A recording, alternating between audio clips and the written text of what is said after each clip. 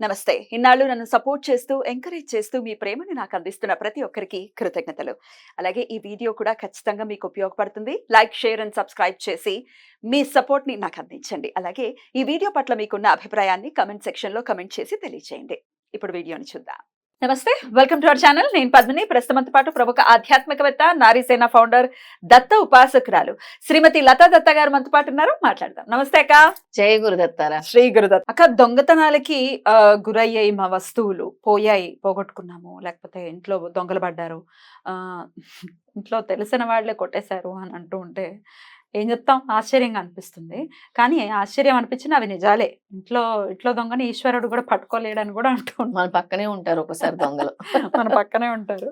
కానీ చెడు ఎప్పటికైనా బయటపడాల్సిందే కదా.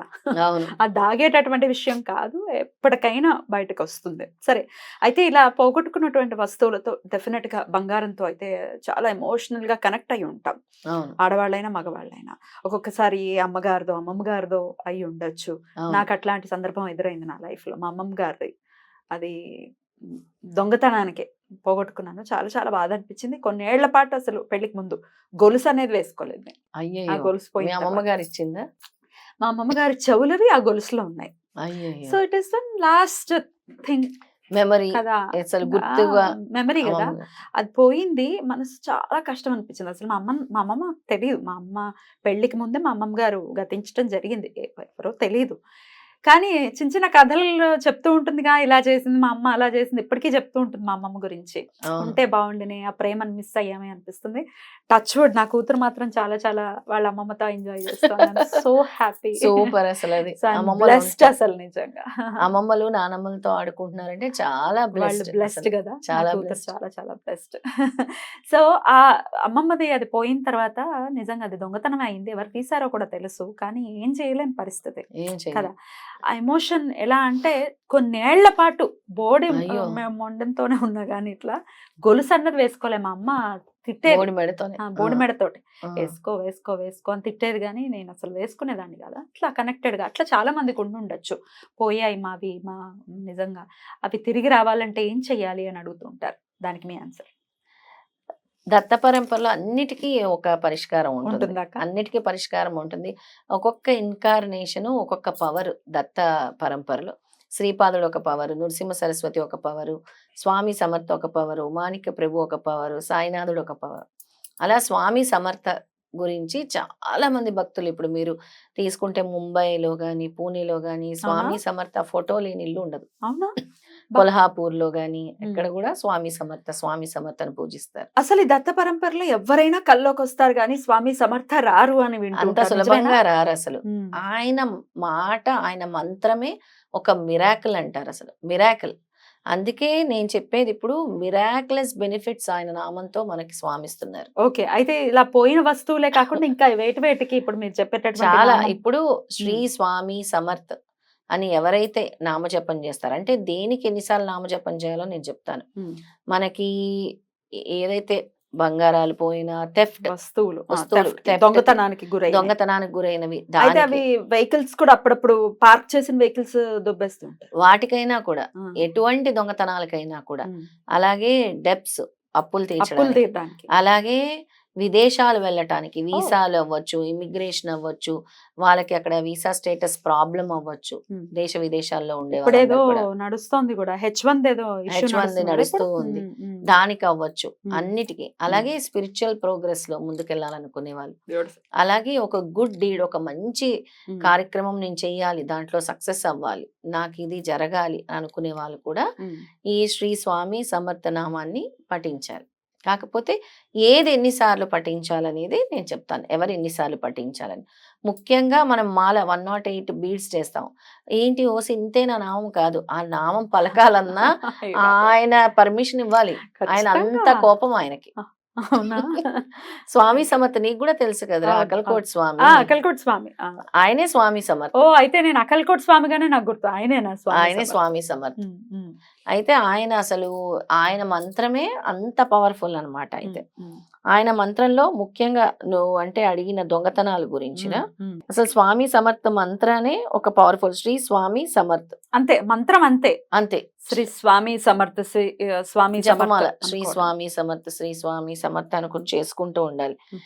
ఈ అప్పులు, ముఖ్యంగా అప్పులు తీరాలనుకునే వాళ్ళు ఉమ్. 120 రోజులు చదువుకోవాలి. రోజు కూడా ఓ. 120 days 108 times per day. 108 times per day Sri Swami Samartha. ఇంకెక్కువ సార్లు చేస్తానంటే మీ ఇష్టం. మరీ మంచిది. అలాగా పోయిన వాటి గురించి అన్నావు కదా, 15 రోజులు చేయాలి. 15 రోజులు చేయాలి. ఆ దాదాపు 60,000 సార్లు చేయాలి. బాబా బాబా, అవునా? ఏది అంత సులభంగా స్వామి ఇవ్వడు కదా, ఇక్కడ చెప్పాడు అసలు. కష్టపడాలి కదా. శ్రీ స్వామి సమర్థ, శ్రీ స్వామి సమర్థ అని అన్ని సార్లు. ఎన్నిసార్లు చేస్తే 15 రోజులు, ఎన్నిసార్లు చేస్తే 15 రోజుల్లో నువ్వు ఒక నమ్మకంతో చేస్తే నీ ఖచ్చితంగా ఆ పోయిన వాటి గురించి ఆన్సర్ వస్తువు. స్వామి ఇస్తారు. వస్తువు ఏదైనా కానీ. వస్తువు స్వామి ఇస్తారు ఆన్సర్. Beautiful beautiful. తర్వాత ఈ ఫారెన్ ట్రావెల్స్ చేయాలనుకున్న వాళ్ళు, ఫారెన్ వీసాల ప్రాబ్లం ఉన్న వాళ్ళు, ఇమిగ్రేషన్ ప్రాబ్లం ఉన్న వాళ్ళు రోజుకి 5,000 సార్లు జపించాలి బాబా. మాలలు. అలా ఎన్నిసార్లు? అదే అయ్యేదాకా పని. పని అయ్యే వరకు రోజుకి 5,000 సార్లు, 5,000 times శ్రీ స్వామి సమర్థ, శ్రీ స్వామి సమర్థం చేసుకోవాలి. అలాగే ఇప్పుడు ఫ్రెండ్స్ దగ్గర వాళ్ళ బెనిఫిట్స్ కోసము, ఫ్రెండ్స్కి అంటే మాకు ఏదైనా జరగాలనుకునే వాళ్ళు సులభంగా 11 సార్లు మాల చేయాలి. 108ది అంటే ఏదైనా నా ఫ్రెండ్స్ నాకు కలవాలన్నా అనుకుంటాం కదా, అయ్యో నా చిన్నప్పుడు ఫ్రెండ్ కలిస్తే బాగుంటుంది, ఒక్కొక్కసారి మనస్పర్ధలు వచ్చి విడిపోతూ ఉంటారు. ఆ ఫ్రెండ్స్ కలిస్తే బాగుంటుంది అనుకునే వాళ్ళు ఈ 108 మనం జపమాల చేసేది 11 times చేయాలి. అంటే 1008 times చేయాలి. అలాగే మంచి పనులు చేస్తున్నాము, మేము మంచిది సాధించాలనుకుంటున్నాము, అలాగే మాకు ఒక మెంటల్ పీస్ కావాలి, గుడ్ డీడ్స్ చేస్తున్నాం, ఒక మంచి కార్యక్రమం ఏదో అక్కడ ఒక ఆధ్యాత్మిక కార్యక్రమం చేయబోతున్నాము, లేదా అది సఫలీకృతం అవ్వాలి, లేదా నలుగురికి మంచి జరగబోయే కార్యక్రమం చేస్తున్నాము, అది సక్సెస్ అవ్వాలి అంటే 33 మాలలు చేయాలి.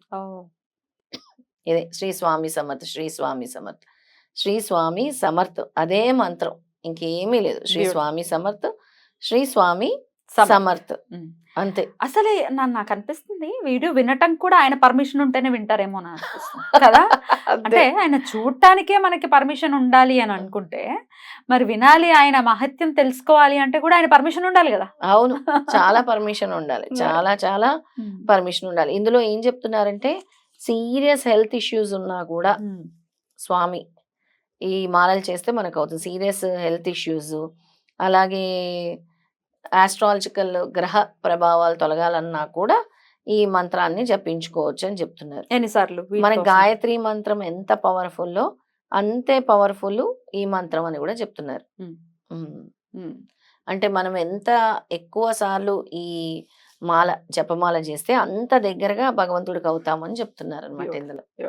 చాలా అద్భుతమైనటువంటి విషయం ఇది మాత్రం. చాలా సులువుగా చేసుకోవచ్చు ఈ మంత్రాన్ని కదా, చాలా సులువుగా చేసుకోవచ్చు. అందుకే చూడు పద్మిని, చాలా మంది అక్కలకోటకి వెళ్ళాలన్నా ఆయన పర్మిషన్ కావాలి. అవునవును, అంత ఈజీగా రాదు కదా అక్కలకోట. శ్రీ స్వామి సమర్థ, అందుకే దిగంబర దిగంబర స్వామి సమర్థ దిగంబర నామం కూడా ఉంది. చేసుకోవచ్చు, చేస్తాం అన్ని. ఇప్పుడు దత్త పరంపరలో అందరు భగవంతుల్ని అంటే అన్ని పరంపరల్ని కూడా మనము ధ్యానిస్తూ చేయొచ్చు. రైట్ అక్క, చాలా చక్కటి విషయాన్ని తెలియజేశారు. చాలా చాలా ఉపయోగపడుతుంది. స్వామి అనుగ్రహంతో అటు పోయిన వస్తువులు కావచ్చు, బంగారం కావచ్చు, అలాగే సీరియల్ అనగానే మన అక్కలకోట సమర్థ స్వామి, 3rd incarnation. అద్భుతం అక్క, చాలా బ్యూటిఫుల్ విషయం తెలియజేశారు. Thank you so very much. నమస్తే. జై గురుదత్త. శ్రీ గురుదత్త.